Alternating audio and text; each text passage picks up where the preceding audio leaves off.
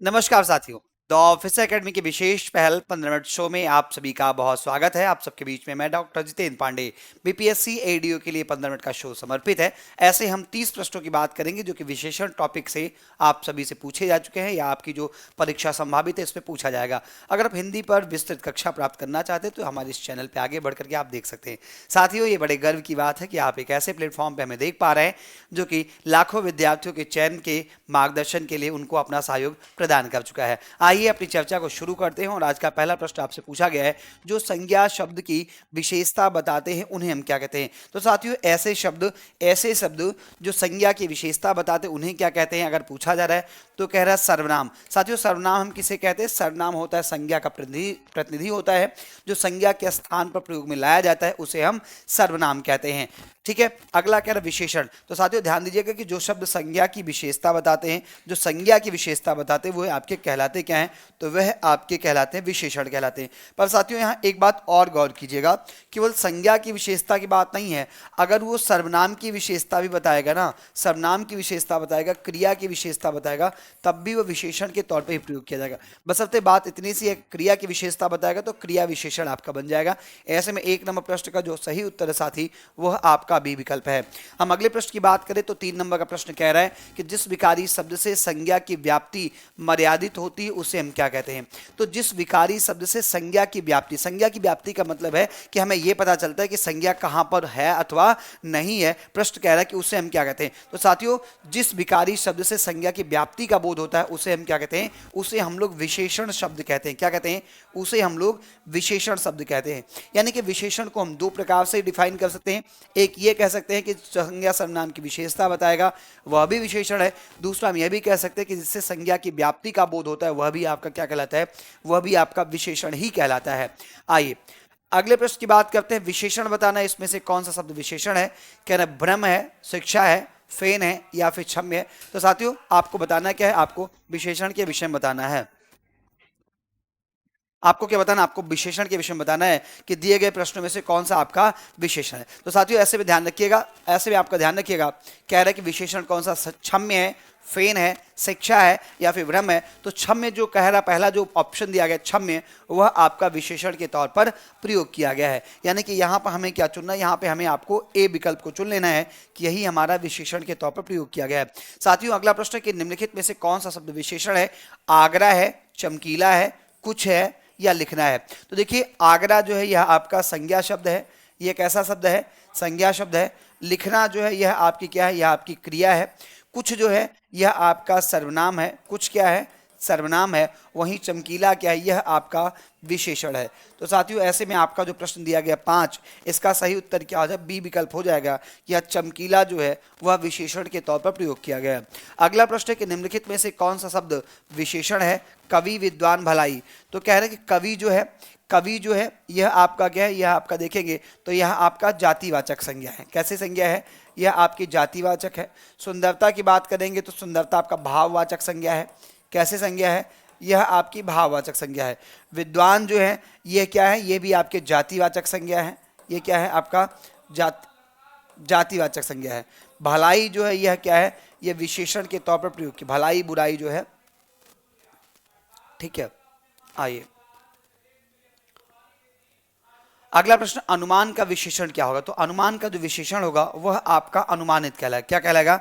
अनुमानित कहलाएगा। साथियों हमारा अगला प्रश्न, इनमें से कौन सा शब्द विशेषण नहीं है। भयभीत, निर्भीक, भीरू, भाव।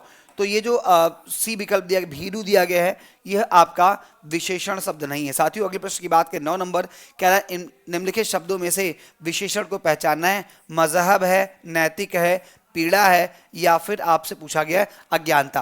प्रश्न संख्या 9 का उत्तर साथी आप लोग कीजिएगा और बताइएगा कि दिए गए चारों विकल्पों में से आखिर आपका सही विकल्प क्या होगा। दिए गए चारों विकल्पों में से आपका आखिर सही विकल्प क्या होगा, यह आपको उत्तर करना है। जल्दी से सभी लोग कमेंट करेंगे, हम आपके साथ बने हुए हैं। कमेंट कीजिए आप सब लोग कि सही उत्तर क्या होगा।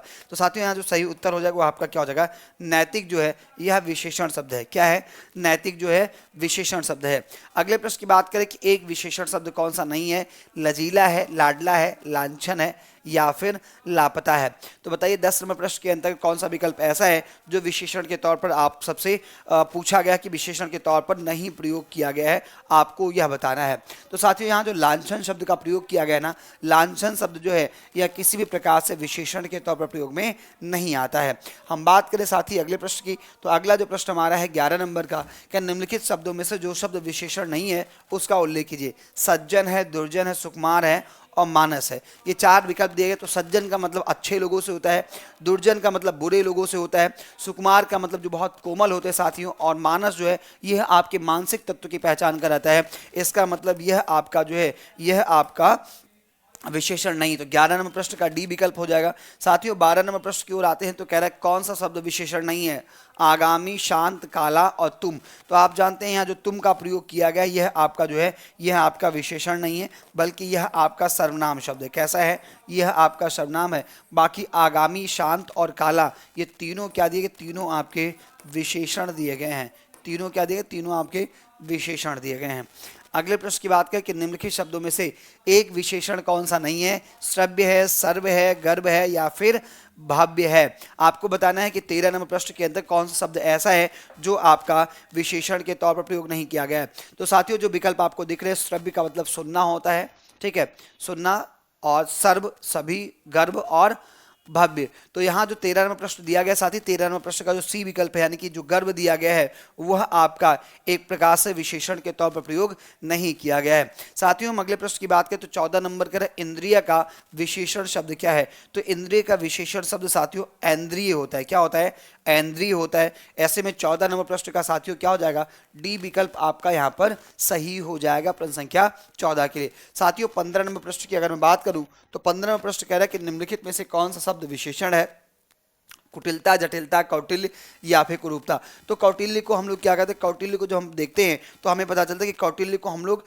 विशेषण के तौर पे प्रयोग कर सकते हैं। कौटिल्य का मतलब होता है जो बहुत तीव्र बुद्धि वाला होता है ना। तो निम्नलिखित में से कौन सा शब्द ऐसा है जो विशेषण के तौर पर प्रयोग किया गया, तो क्या प्रयोग कीजिएगा, सी विकल्प प्रयोग कर लीजिएगा, कौटिल्य यानी कि जो तीव्र बुद्धि का परिचायक होता है। अगले प्रश्न की बात करते हैं साथियों, हमारा अगला जो प्रश्न है 16 नंबर का प्रश्न है कि निम्नलिखित शब्दों में से विशेषण कौन है, अजय है, अजित है, अकर्म है या अनुशंसा है। तो साथियों 16 नंबर प्रश्न का उत्तर कीजिएगा और बताइएगा कि आखिर इसमें से कौन सा आपका विशेषण दिया गया। तो साथियों एक शब्द देखिए, अजय का मतलब अजय, अजय किसी का संज्ञा नाम भी हो सकता है, अजित है, अकर्म है और अनुशंसा है। ऐसे में साथियों यहाँ पर बी विकल्प जो अजित दिया गया है वह आपका क्या हो जाएगा, वह आपका विशेषण शब्द के तौर पर चुन लिया जाएगा। अगले प्रश्न की हम बात करें तो अगला प्रश्न है कि विशेषण शब्द कौन सा है, लाघव है, महत्व है, लघुता है या फिर महत्व है। 17 नंबर प्रश्न के अंतर्गत आप बताइएगा कि आखिर इसमें से कौन सा शब्द ऐसा है जो कि आपका विशेषण के तौर पर प्रयोग किया गया है। तो कह रहे लाघव दिया गया है, महत्व दिया गया, लघुता दिया गया और महत्व दिया गया। ऐसे में आपका जो डी विकल्प साथी दिख रहा है यहाँ पर महत्व, यह आपका विशेषण शब्द हो जाएगा। यह क्या हो जाएगा, यह आपका विशेषण शब्द हो जाएगा। अगले प्रश्न की बात करते हैं तो निम्नलिखित शब्दों में विशेषण कौन नहीं है। इस बार कह रहे हैं कि कौन शब्द ऐसा है जो विशेषण नहीं है, आंतरिक है, अंतर है, आग्नेय है या फिर अधिकारी है। तो साथियों यहाँ पर जो दिया गया आपका शब्द आंतरिक, अंतर, आग्नेय और अधिकारी, इसमें से आप कहेंगे कि सर यहाँ पर जो विकल्प दिया गया अंतर, वह हमारा क्या होता है, वह हमारा विशेषण शब्द नहीं है। ठीक है, विशेषण शब्द नहीं है, तो बी विकल्प को चुन लीजिएगा। साथियों ज्यादातर प्रश्न क्या विशेषण के तौर पे पूछे गए हैं, इस वजह से हम केवल प्रश्न और उसका उत्तर कर रहे हैं। और वैसे भी आप समझते हैं कि 15 मिनट शो के अंतर्गत हम ज़्यादा से ज़्यादा प्रश्नों के विषय में प्रयास करते हैं आपको कवर कराने का। साथियों अगर आप बीपीएससी एडीओ की तैयारी करें तो आपके लिए हमारा बैच उपलब्ध है ऐप पर, आप उसको परचेज कर सकते हैं हमारे एप्लीकेशन द ऑफिस एकेडमी को इंस्टॉल करके। द ऑफिस एकेडमी के हमारे ऐप को इंस्टॉल कर लीजिए और केवल 999 रुपये के अंतर्गत आप इस बैच को ज्वाइन कर सकते हैं। लेकिन एक और सुविधा, अगर अभी आप कूपन कोड TOA30 अप्लाई करते हैं तो आपको 30% का ऑफ मिल जाएगा। 30% ऑफ का मतलब है कि यह पूरा का पूरा सिलेबस आपको 699 रुपये में पढ़ाते हुए हम लोग दिखेंगे, जहां पर आपको लैंग्वेज यानी कि हिंदी और इंग्लिश पूरा पढ़ाया जा रहा है।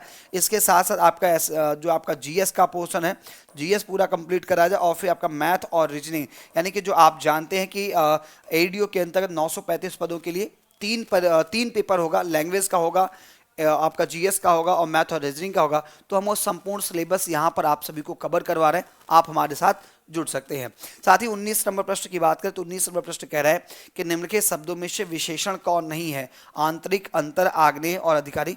तो एक क्वेश्चन रिपीट हो गया है, लेकिन अब मैं चाहूंगा कि इसका उत्तर आप लोग हमें कमेंट करके बता दीजिए। जबकि क्वेश्चन रिपीट हो गया तो ऐसे में आप लोग हमें उत्तर करके बता दीजिए कि आखिर इस प्रश्न का सही उत्तर क्या होगा। साथियों अगले प्रश्न की बात करें 19 नंबर, तो कह रहे हैं निम्नलिखित में से एक विशेषण शब्द नहीं है, कौन सा विशेषण शब्द नहीं, वही आपको बताना है। कह रहे वरदान दिया गया, वरद दिया गया, वरदायक दिया गया, वर्णीय दिया गया है। तो साथियों यहाँ जो वरदान है ना, यह आपका विशेषण शब्द नहीं है, इसलिए 19 नंबर प्रश्न का उत्तर ए विकल्प हो जाएगा। तो कहेंगे सर अगर यह विशेषण नहीं तो किस प्रकार का शब्द है? बिल्कुल यह विशेषण शब्द नहीं है, वरदान जो इसको हम संज्ञा के तौर पर प्रयोग करते हैं। ऐसे में 19 नंबर प्रश्न का उत्तर ए विकल्प हो जाएगा। साथ ही 20 नंबर प्रश्न कह रहा है एक वाक्य में विशेषण का प्रयोग नहीं हुआ है, यानी कि इन चारों वाक्यों में कोई एक शब्द ऐसा है जिसमें विशेषण का प्रयोग नहीं हुआ है। कह रहे हैं वह विद्यार्थी है, वह लड़का विद्यार्थी है, वह प्रबुद्ध विद्यार्थी है, वह परिश्रमी भी है। तो कह रहा है कि देखो वह लड़का विद्यार्थी है, तो यहाँ भी विशेषण का प्रयोग किया गया है। वह प्रबुद्ध विद्यार्थी, यहाँ भी विशेषण का प्रयोग किया गया है। वह परिश्रमी भी, परिश्रमी का प्रयोग किया गया। केवल क्या वह विद्यार्थी है, तो आप देखेंगे 20 नंबर प्रश्न के अंतर्गत जब आप देखेंगे तो आपको पता चलेगा 20 नंबर प्रश्न के ए विकल्प में, साथियों ए विकल्प में कहीं भी किसी भी प्रकार से आपका विशेषण का प्रयोग नहीं हुआ है। तो यहाँ पर सही उत्तर क्या हो जाएगा? आपका ए विकल्प हो जाएगा।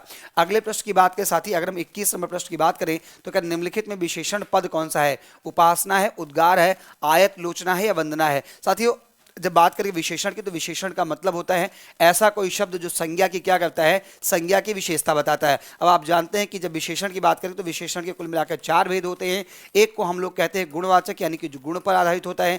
एक हमारा संख्यावाचक विशेषण होता है, एक परिमाणवाचक होता है, और इसके साथ साथ आपका एक सार्वनामिक विशेषण होता है। गुणवाचक विशेषण ऐसे विशेषण का उदाहरण साथी जो संसार में सबसे ज्यादा पाया जाता है। 21 नंबर प्रश्न की जब बात करेंगे साथियों, तो यहाँ आपसे जो प्रश्न पूछा गया है इसके अंतर्गत आप देखेंगे जो आयत लोचना दिया गया है, क्या दिया गया है? जो आयत लोचना दिया गया है वह आपका विशेषण पद के तौर पर प्रयोग किया गया है, क्योंकि ये क्या कर रहा है? ये लोचन यानी कि जो आंख है, चक्षु है, नेत्र है, उसकी विशेषता करने का काम कर रहा है। तो यह आपका आयत लोचना हो जाएगा।